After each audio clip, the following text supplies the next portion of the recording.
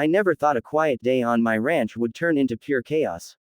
The HOA president stormed onto my private property, screaming like she owned the land, threatening fines, rules, and consequences that didn't apply to us at all.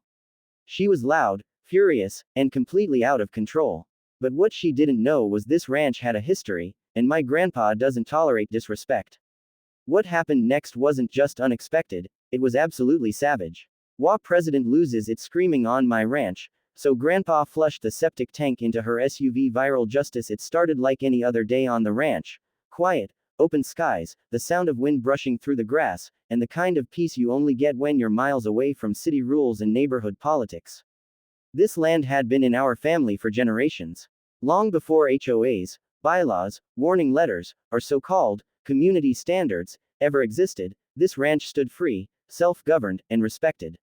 That peace shattered the moment a luxury SUV rolled past the private property sign like it didn't exist. At first, we thought she was lost. Then the door flew open. The HOA president stepped out already yelling. No greeting, no introduction, no question, just screaming, loud, aggressive, and entitled, as if the land beneath her feet belonged to her instead of us. She immediately started pointing, waving papers in the air, talking about violations, fines, and rules that supposedly applied to everyone in the area. According to her, our ranch was out of compliance. Our fence line offended her. Our equipment was an eyesore. Our livestock noise was a disturbance. None of it made sense. Because here's the truth she either didn't know, or chose to ignore, our ranch was never part of her HOA. We weren't inside her jurisdiction. We never signed a single HOA agreement. We paid no dues. We answered to no board. And yet, there she was, standing on our soil, acting like a dictator with a clipboard. That's when it became clear, this wasn't about rules. This was about control. She spoke over everyone. Any attempt to explain was met with louder shouting. When we calmly told her she was trespassing, she laughed. When we mentioned property lines, she scoffed. When we asked her to leave, she stepped forward instead, closer, angrier, more aggressive. That was the moment the line was officially crossed. Because no matter who you think you are, no matter what title you hold, you do not barge onto private land and start screaming orders like you own it. She kept repeating one phrase over and over. I'm the HOA president. As if those words magically erased property law. As if that title made her untouchable. As if yelling loud enough would turn her fantasy authority into reality. She threatened to call the county. She threatened legal action. She threatened fines that didn't exist. She even hinted at towing vehicles and removing property, something so illegal it was almost laughable. Almost. But what made the situation truly dangerous wasn't the threats, it was her behavior. Her face was red, her voice was shaking, her control was slipping. This wasn't a professional discussion. This was a full meltdown. Neighbors began watching from a distance. Ranch hands paused their work. The air felt tense, heavy, charged with confrontation. Anyone could tell this was spiraling fast. And still, she refused to leave. We reminded her again, firmly, that she was trespassing. We pointed to the signage. We offered to show land records. We even suggested she return with proper legal documentation if she believed there was an issue. She didn't want facts. She wanted submission. She wanted us to bow, apologize, and comply. That's the ugly side of unchecked HOA power. When someone gets used to people backing down, they forget what real boundaries look like. They forget that outside their little bubble of suburban control, the real world still exists. And in the real world, private property matters. The ranch wasn't some cookie-cutter neighborhood lot. This was acres of land governed by state law, not HOA bylaws printed on cheap paper. And yet, she treated it like another house she could bully. She stepped closer again. That's when Grandpa finally stood up. Not fast, not angry, just steady. He didn't raise his voice. He didn't interrupt her rant. He didn't argue HOA codes or legal definitions.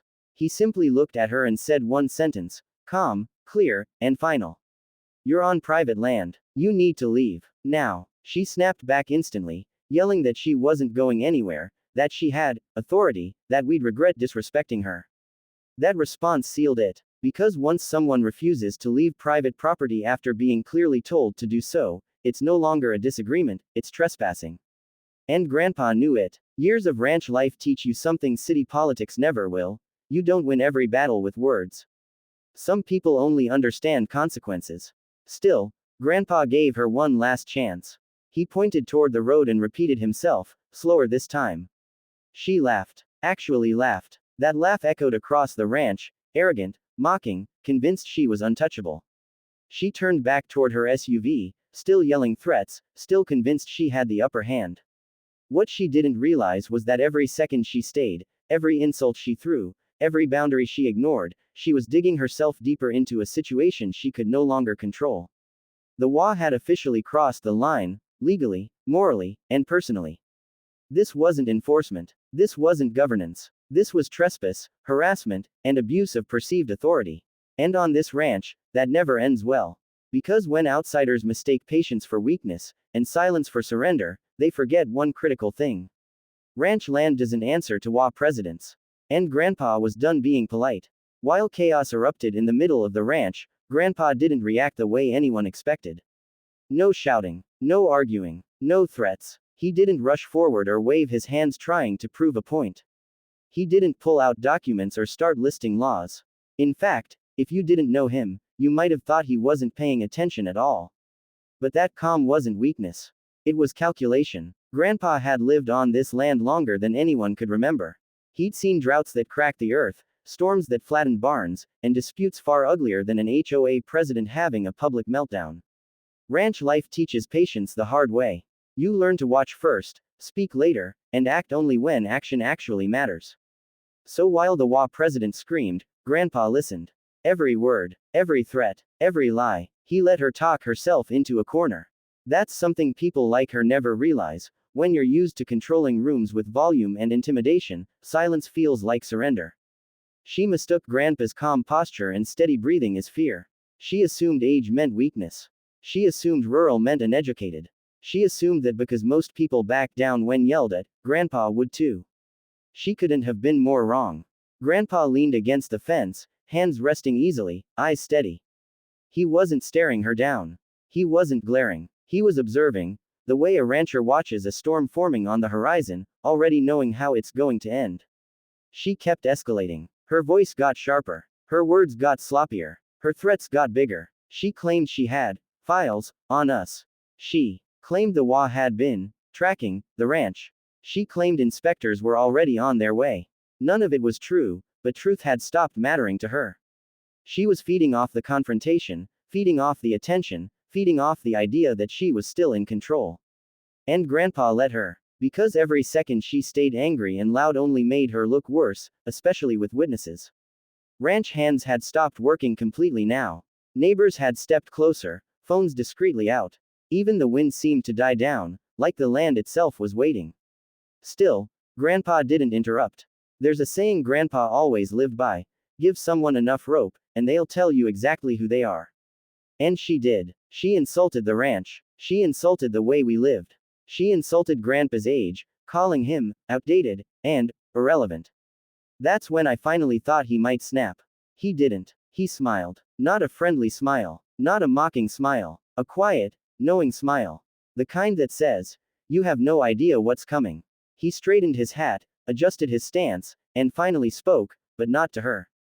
He spoke to us. Calmly. Casually. As if nothing unusual was happening. He asked if the south gate had been locked earlier.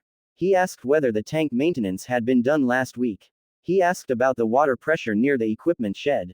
At first, it sounded random. Disconnected. Almost irrelevant. She scoffed and laughed loudly, mocking him for changing the subject. She told him he was stalling. She told him she wasn't impressed by old man games. What she didn't realize was that Grandpa wasn't stalling. He was confirming details. On a ranch, every system matters. Every valve, every pipe, every mechanism has a purpose. Grandpa knew this land the way a pilot knows a cockpit. He didn't need to rush, he needed to be precise. He glanced toward her SUV, parked confidently on our property like it belonged there. Shiny. Expensive. Completely out of place among dirt, grass, and heavy equipment. Then he looked back at her. Still calm. Still quiet. Still in control. She misread that calm again. She stepped closer, invading personal space, jabbing a finger in his direction. Her voice cracked as she yelled that he was done, that the HOA would ruin us, that people like him always lose. That's when Grandpa raised one finger. Just one. Not aggressively. Not threateningly. Just enough to signal, "I'm speaking now." And the ranch went silent. He didn't raise his voice. He didn't match her energy. He spoke low, steady, and slow, the kind of tone that carries authority without volume. He told her she had exactly one more chance to leave peacefully. He explained, calmly, that she had been warned multiple times. He stated, clearly, that she was trespassing. He made it obvious that what happened next would be entirely her responsibility. She laughed again. That laugh sealed her fate. Because the calm Grandpa showed wasn't hesitation, it was restraint. And restraint has limits. People who've never worked land don't understand this. When you live by systems that can't be rushed, weather, animals, water, machinery, you learn that panic breaks things, but patience controls outcomes. Grandpa wasn't angry. Anger clouds judgment. He was focused. And focus is dangerous when paired with experience. He turned away from her mid-rant, not out of disrespect, but out of finality. The message was clear. The conversation was over. She kept yelling anyway. She followed him a few steps, still shouting threats, still convinced she could bully her way into winning. That's when I realized something important. She wasn't dealing with a man reacting emotionally. She was dealing with a man who had already decided. There's a moment, a very specific moment, when calm becomes unsettling. When silence feels heavier than shouting. When you realize the other person isn't trying to win the argument anymore. They're preparing the outcome. That was Grandpa now. Every movement was deliberate. Every step measured. No wasted motion. No wasted words. The HOA president was still yelling, but her voice had lost its power. People weren't listening anymore. They were watching Grandpa instead. Because instinctively, everyone could feel it. Something was about to happen. And it wasn't going to involve more talking. Grandpa had given her courtesy. He had given her warnings. He had given her chances. She rejected all of them. The calm wasn't kindness anymore. It was the final pause before consequences. And when someone like Grandpa, patient, experienced, unshaken, stops trying to reason with you, it means you've crossed from conflict into consequence. The ranch had seen this before. Storms always start quietly. There's a moment in every confrontation when words lose their meaning. That moment arrived quietly. The HOA president was still yelling, still clinging to the illusion that volume equaled authority, when Grandpa stopped listening entirely. He didn't roll his eyes. He didn't sigh. He simply turned his back and walked with purpose toward the equipment shed. That alone should have been her warning. But she followed him, still shouting, still threatening, still convinced she was untouchable. She didn't understand that on a ranch, systems exist for reasons. Water systems, waste systems, pressure systems. Everything flows somewhere. Everything has a release. And Grandpa knew exactly which one he was about to use. The equipment shed sat slightly downhill from where her SUV was parked, something she hadn't considered when she arrogantly chose that spot. Shiny paint, pristine rims, tinted windows, a city vehicle parked in the middle of land that didn't care about appearances. Grandpa reached the side of the shed and stopped. He didn't rush. He checked one gauge, then another, then rested his hand on a large metal valve. Still calm, still precise. The HOA president finally noticed the shift. Her voice cracked mid-sentence. "What are you doing?" she shouted. Grandpa didn't answer. Because by this point, answers were no longer required. He turned slightly, just enough to be heard, and said one final sentence, flat and emotionless. "You were told to leave." That was it. No insults. No threats. No anger. Just a statement of fact. She scoffed again, rolling her eyes, muttering about lawsuits and police and how expensive this was going to be for us. That's when Grandpa opened the valve. At first, nothing dramatic happened. Just a low mechanical hum, the sound of pressure changing direction. Then the ground vibrated slightly. And then reality hit. A dark, forceful surge burst from the underground release line, flowing exactly where gravity demanded, downhill, across the packed dirt, straight toward her SUV. The smell reached us before she understood what was happening. Her face went blank. What? What is that?" she screamed. By the time the answer became obvious, it was too late. The wave hit the side of her vehicle with a wet, violent splash, coating the tires, the doors, the undercarriage. Thick, unmistakable, unstoppable. She shrieked. Not yelled. Not screamed insults. Shrieked. Pure panic replaced rage instantly. She ran toward the SUV, slipping slightly in her expensive shoes, hands flailing as if she could somehow stop liquid physics through sheer outrage. She tried opening the door, then recoiled in horror when she realized what was splattered across the handle. Her authority evaporated. In seconds. The same woman who had marched onto the ranch demanding obedience was now frozen, trapped by her own refusal to leave. Neighbors gasped. Ranch hands stared in stunned silence. Phones came fully out now. This wasn't chaos. This was consequence. Grandpa didn't gloat. He didn't smile. He watched calmly, hands still on the valve, controlling the flow like a conductor leading an orchestra.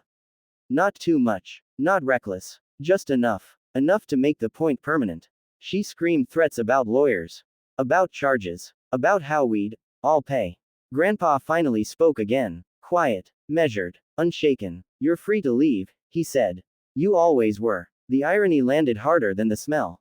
She backed away from the SUV, realizing there was no clean way out of this. She couldn't drive without tracking it everywhere. She couldn't stay without losing what little dignity she had left. She pulled her phone out with shaking hands and tried calling someone, anyone, to restore control. No one answered. Because in moments like this, titles don't matter. Money doesn't matter. Only location does. And she was standing in the wrong place, at the wrong time, against the wrong kind of person. Grandpa slowly closed the valve. The flow stopped. The silence afterward was deafening. Birds returned to the air. The wind picked back up. The ranch exhaled. She stood there, stunned, breathing hard, eyes darting between Grandpa, the SUV, and the growing audience. For the first time since arriving, she said something honest. This isn't over. Grandpa nodded. Never said it was, he replied. She didn't scream again. She didn't threaten again. She simply got into her SUV, carefully, disgustedly, and drove off, tires flinging reminders of her mistake across the dirt road. No one chased her. No one celebrated. Because this wasn't about winning. It was about boundaries. Later that evening, the phone call started. HOA representatives. Angry messages. Voicemails full of legal jargon and outrage. Grandpa listened to one voicemail in full. Then deleted it. Because here's the truth they didn't want to accept. Nothing illegal had occurred. She had trespassed. She had refused to leave. She had parked illegally on private land. She had ignored clear warnings. The ranch systems functioned exactly as designed. No threats were made. No violence occurred. No property was intentionally targeted beyond reclaiming control of our land. And when authorities were eventually contacted, they asked one simple question. Was she told to leave? Yes. Did she refuse? Yes. That was the end of it. The HOA backed off quietly after that. No more letters. No more surprise visits. No more power plays. Word traveled fast. Because stories like this don't stay contained. They spread, especially among people who mistake rural patience for weakness. And Grandpa, he went back to his chair. Same place. Same posture. Same calm. As if nothing extraordinary had happened. That's the thing about people like him. They don't seek conflict. But they also don't avoid consequence. They understand something modern authority figures often forget. Respect isn't demanded. It's enforced by boundaries. And boundaries, once crossed, respond. The ranch returned to normal the next day.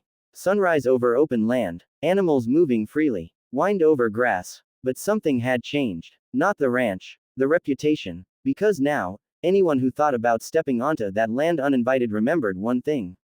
The HOA president tried. And she left very differently than she arrived. Grandpa never spoke about it again. Didn't brag. Didn't retell it. Because to him, it wasn't revenge. It was maintenance. Just another system working exactly as intended.